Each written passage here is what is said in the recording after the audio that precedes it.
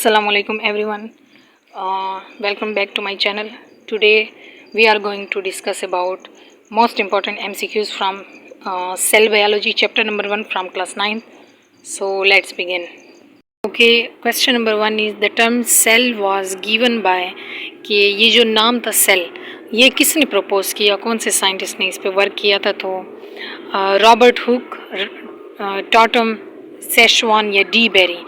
तो इसमें option number 1 Robert Hooke is the correct option.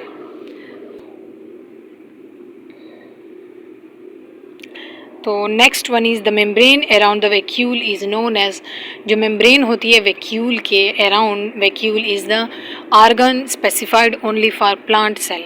तो उनके अराउंड जो मेम्ब्रेन होती है उसको क्या कहते हैं? वैक्यूल की जो मेम्ब्रेन होती है उसको 4 ऑप्शन है: टोनोप्लास्ट, इलियोप्लास्ट, साइटोप्लास्ट और amyloplast. Tonoplast is the correct option, option number 1। Next one is the cell is not applied for, cell जो है वो कौन से इनमें से जो 4 ऑप्शन है इनमें सेल नहीं होता, या हम कह सकते हैं कि सेल से ये नहीं बने होते हैं? एलजी, बैक्टीरिया, वायरसेस और fungi.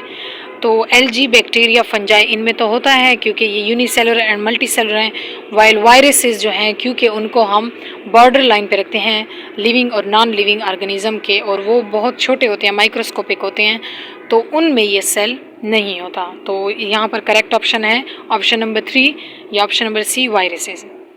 Next one is question MCQs number 4, microfilaments are composed of a protein called. Microfilament जो होते हैं जो कि एनिमल सेल में ये प्रेजेंट होते हैं, ऑर्गेनेल, कह रहे हैं कि उसमें कौन सा प्रोटीन प्रेजेंट होगा? ट्यूबुलिन, एक्टिन, मायोसिन और chitin.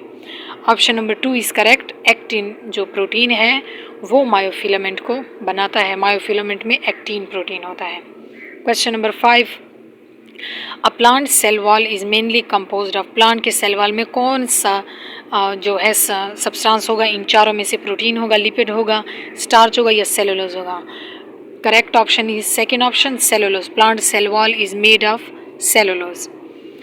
The next one question, MCQs number 6 will be glycolipid in the plasma membrane are located at the plasma membrane में जो glycolipids होते हैं just like glycoprotein and other fats, तो glycolipid का पूछ रहे हैं कि उसकी लोकेशन क्या है प्लाज्मा मेम्ब्रेन में? Option 1 inner leaflet of the plasma membrane, की प्लाज्मा मेम्ब्रेन की इनर जो लेयर होती है वहाँ पर लोकेटेड होते हैं, या outer leaflet of the plasma membrane evenly distributed in the inner and outer leaflet. It varies according to the cell type. So the correct option will be option second, the outer leaflet of plasma membrane.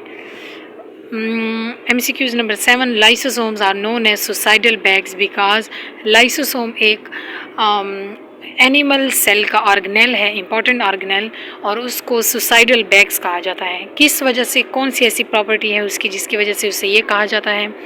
Option will be parasitic activity, presence of food vacuole, hydrolytic activity और catalytic activity. ना वो parasitic काम करता है, ना वो food vacuole की तरह उसकी तरह ये काम करता है, बल्कि वो ब्रेक डाउन करता है, लाइसिस करता है, लाइसोसोम जो है वो स्प्लिटिंग करता है। तो इसलिए हाइड्रोलिटिक उसकी एक्टिविटी है, वो फूड और जो दूसरी चीज़ें हैं उनकी ब्रेक डाउन करता है सेल के लिए, इसलिए उसको जो फॉरेन पार्टिकल्स हैं उनकी ब्रेक डाउन करता है, इसलिए उसे सुसाइडल बैग कहा जाता है। Next MCQs number 8, the properties of integral membrane protein can be studied by, के जो इंटीग्रल मेम्ब्रेन प्रोटीन जो होते हैं उनकी प्रॉपर्टीज़ कैसे हम स्टडी करेंगे? Option 1 atomic force microscopy, cryo sectioning and electron microscopy, और freeze fracture technique and electron microscopy, या तमाम ये टेक्निक। इसका सही ऑप्शन है option number C, freeze fracture technique. पहले इसको फ्रीज फ्रैक्चर करेंगे एंड देन उसकी इलेक्ट्रॉन माइक्रोस्कोपी करेंगे। नेक्स्ट है MCQs number 9, the fluidity of the plasma membrane increases. Plasma membrane कितना फ्लूइड होगा, जब क्या उस इंक्रीज होगा तो उसकी फ्लूइडिटी कब बढ़ेगी?